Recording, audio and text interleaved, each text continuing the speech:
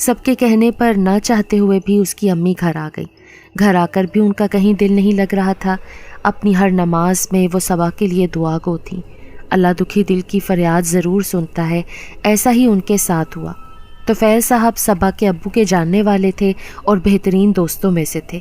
انہوں نے جب صبا کے ابو کو پریشان دیکھا تو ان سے پریشانی کی وجہ پوچھی، جس پر اس کے والد نے تمام ماجرا کہہ سنایا۔ اس پر وہ بولے، آپ کی بیٹی کی طویل بے ہوشی کی وجہ کچھ اور بھی تو ہو سکتی ہے نا؟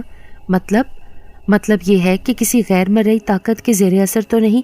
سینئرز ڈاکٹر بھی اس کی بے ہوشی کی وجہ جاننے میں ناکام ہے، تو وجہ کچھ اور ہو سکتی ہے نا؟ آپ اسے کسی عامل کو بھی دکھائیں۔ میری بیٹی پر اثرات ایسے کیسے ہو سکتا ہے؟